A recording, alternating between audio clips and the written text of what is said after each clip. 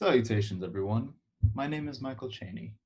Today, I will present the findings of my research over the summer of 2020.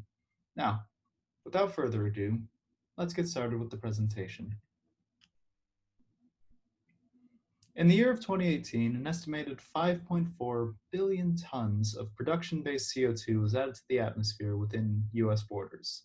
Such anthropological CO2 emissions have been linked to global warming and the increasing occurrence of extreme weather events.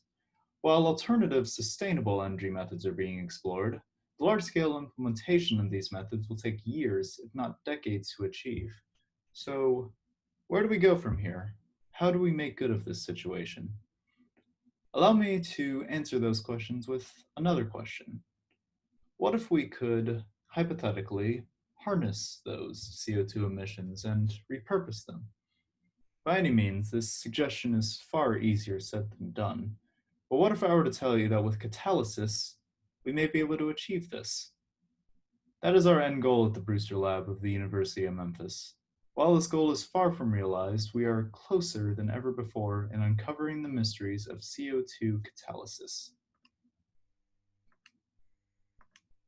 Currently, our general research goals involve the investigation of electron donor-ability of ligands which contain aluminum. This is the goal of my project, and one that I will further expound upon in this presentation. Additionally, we are working to investigate the reactivity of bimetallic complexes with small molecules, that is to say, carbon dioxide as well as other greenhouse gases. Lastly, we aim to develop a reliable modular synthetic route to late transition metal aluminum heterobimetallics. Different desired products naturally require different methods of execution, hence the modular synthetic approach. This project is aimed to serve as more of an intermediate step towards the final goal of creating a heterobimetallic complex capable of tunable catalysis.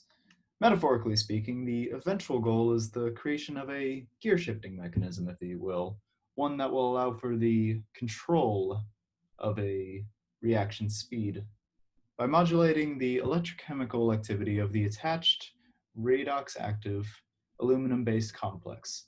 To meet that end, we will be utilizing two metallic complexes in particular, the Vasquez complex and the Graves complex, as well as the eventual culmination of the two to form the heterobimetallic complex of interest.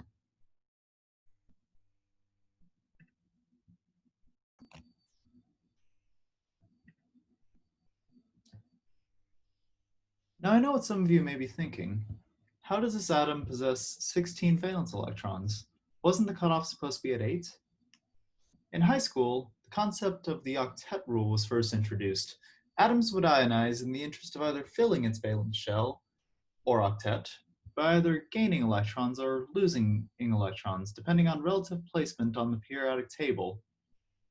Oxygen, for instance, must gain 2 electrons in order to satisfy the octet rule, while sodium can simply lose an electron and assume a full octet. This process is undergone to achieve a valence shell akin to the valence shell possessed by the closest noble gas with regards to atomic number, in this case, neon. The octet rule accounts for the 2 electrons of the s orbital and the 6 electrons of the p orbital. In the case of the effective atomic number, this process is taken a step further, adding the 10 electrons of the d orbital with the pre-existing 2 electrons of the s orbital and the 6 electrons of the p orbital, for a grand total of 18 electrons.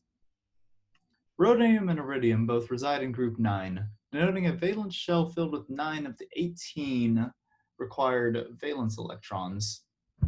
With 9 electrons required for a full effective atomic number, by what method can we obtain a full valence orbital, such as the one unused for xenon?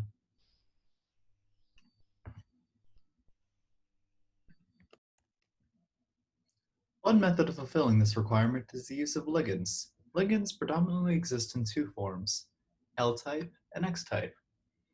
An L-type ligand denotes no change with regards to oxidation number and the formation of a coordinate covalent bond using non-bonding electrons. Formation of this type of bond also denotes the contribution of 2 valence electrons. An X-type ligand denotes a formal increase in oxidation number by magnitude of the ligand's charge, with a polar covalent bond formed and a net gain of one valence electron.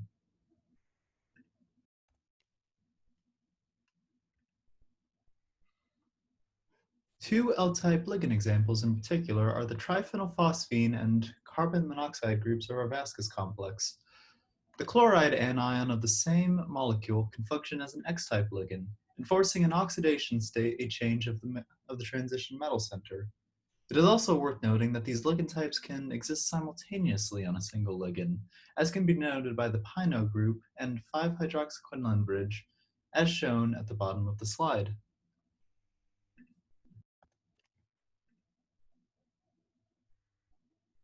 Oxidation and reduction, a concept intimately tied to the success of a potential transition metal catalyst.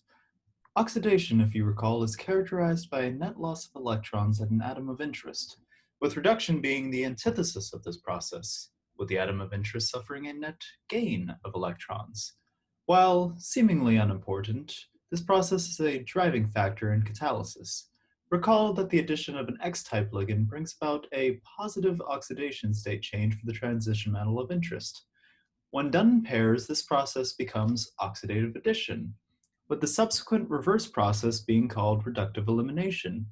In order for this state to be achieved, the transition metal must possess two stable oxidation states 2 units apart, similar to the Vasquez complex and its +1 and +3 oxidation states.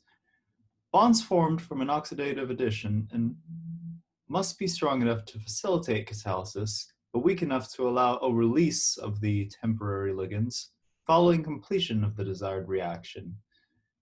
This delicate balance is absolutely essential in ensuring the recyclability of the catalyst itself, as without recyclability, the complex wouldn't even be considered a catalyst. We now move on to the Graves complex, graciously provided by the Graves group of Swarthmore College. This molecule is said to function as the tunable redox dial, so to speak, in the overall heterobimetallic complex. Its tunability lies in its two nitroxide groups found within the pino groups, with each nitroxide group capable of 3 separate oxidation states each, with a stable radical intermediate. While structural change is notably minimal with regard to addition or elimination of electrons, redox non-innocence can still be observed, which more or less refers to the slight structural change in structure brought about by the addition or elimination of electrons. Further customization can be achieved by either assigning an electron withdrawing group, such as trifluoromethyl, or an electron donating group, such as methyl, in place of the R groups of the complex as a whole, allowing for a slight increase with regards to versatility.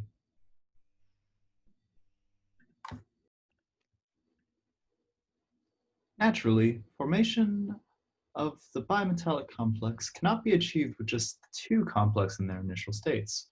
The two complexes require a bridge to facilitate proper attachments. In order to properly bridge these two complexes, we have opted to use 5-hydroxyquinoline due to its optimal points of attachments as well as the balance of proximity and separation.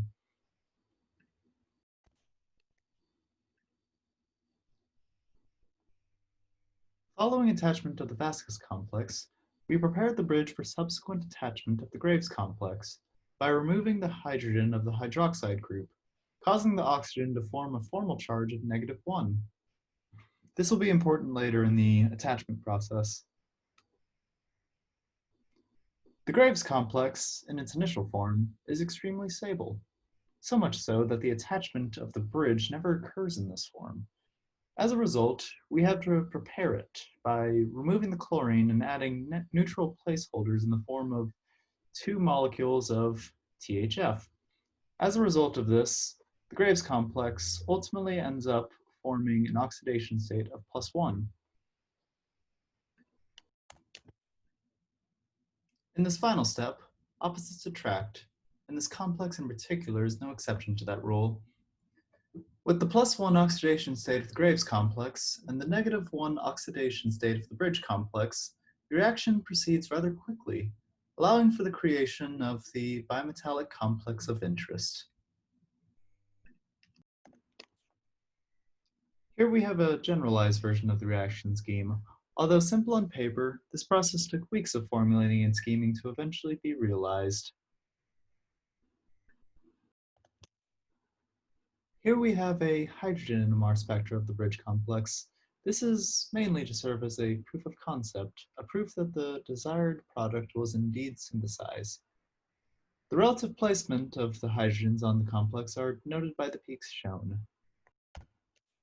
On this last slide, we have a mass spectra of the heterobimetallic complex of interest.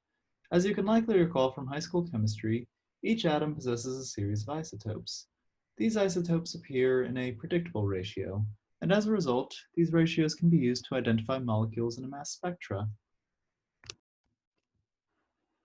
Despite the incompletion of my personal research goals, I am hopeful that through hard work and dedication, they will eventually come to fruition. The current combination of Vasquez complex and Graves complex shows a lot of promise in discerning the electron donor ability of this iteration of Graves complex, but only time will tell as to whether or not this heterobimetallic complex will live up to that promise. Regardless, the research over the summer was a rewarding experience, one that allowed me to develop an intermediate understanding of organometallic chemistry as a whole, one that I will likely continue to build off of until my eventual graduation. As this semester progresses, I will further continue the study of this complex and work on refining the synthesis process as a whole. I would like to end by thanking the members of the Brewster Lab in general. It was through their insight and expertise that I was able to draft up this method of execution in an expedited fashion. Next, I would like to thank my research advisor, Dr. Brewster, for allowing me the chance to join this project and taking the time to teach me the material necessary for understanding the project I was undertaking. I would also like to thank Natalie Taylor and Malcolm Charles. These two graduate students spent a lot of time in the lab assisting me with the completion of this project, and I cannot thank them enough for that. I would also like to extend my sincerest gratitude to the Helen Hardin Honors College for generously funding and bankrolling this project through the Honors Summer Research Fellowship, as well as the University of Memphis Division of Research and Innovation. Without their financing, this project likely would have never taken off. Finally, I would like to thank you, the audience. Thank you for attending this presentation, and I hope you have a wonderful rest of your day. Thank you.